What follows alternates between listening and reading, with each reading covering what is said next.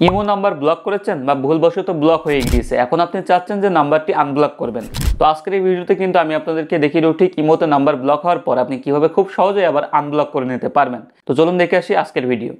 ওকে, তো imo block number unblock করার জন্য আপনারা কি করবেন, আপনার ফোন থেকে ইমো অ্যাপসটি কিন্তু আপনি ওপেন করে নেবেন। ওকে, তো এখানে কিন্তু আমার ইমো অ্যাপসটি আমি ওপেন করে নিয়েছি। এখন আপনারা কি করবেন, ইমো অ্যাপসটি ওপেন করার পর জাস্ট আপনার প্রোফাইল আইকনটির উপরে একটি ক্লিক করবেন। এখানে কিন্তু আপনার প্রোফাইল ছবি সহ আপনার বিস্তারিত দেখতে পারবেন। তো এখান থেকে আপনারা কি করবেন, দেখতে পাচ্ছেন সেটিংস অ্যান্ড প্রাইভেসি নামে একটি অপশন আছে, শুধুমাত্র আপনি এই অপশনটির উপরে একটি ক্লিক করবেন। এখানে ক্লিক করার পর দেখতে পাচ্ছেন অনেকগুলো অপশন শো করছে আপনার সামনে। এখানে যদি আপনি লক্ষ্য করেন তাহলে কিন্তু আপনি একটি বিষয় দেখতে পারবেন, দেখতে পাচ্ছেন এখানে ব্লক লিস্ট নামে একটি অপশন আছে। এখানে যদি ক্লিক করেন তো এখানে কিন্তু ব্লক লিস্টে আপনারা দেখতে পারবেন আপনারা যে নাম্বারগুলো ব্লক করেছেন বা ভুল করে ব্লক হয়ে গেছে সেই নাম্বারগুলো কিন্তু আপনার এখানে শো করবে।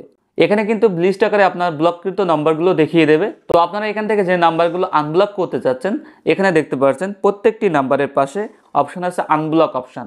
তো আপনারা কি করবেন, যে নাম্বারটি আনব্লক করতে চাচ্ছেন সেই নাম্বারটির পাশে আনব্লক লেখা আছে, সেই আনব্লক লেখার পাশে একটি ক্লিক করবেন। তো এখানে দেখতে পাচ্ছেন আমি যে নাম্বারটি ব্লক করেছিলাম সেই নাম্বারটি আনব্লক করতে চাচ্ছি, জাস্ট এই আনব্লকের ওপরে একটি ক্লিক করলাম। ক্লিক করার পর দেখতে পাচ্ছেন আনব্লক, এই আনব্লক অপশনটির ওপরে একটি ক্লিক করবেন। তো এখানে আমি ক্লিক করলাম।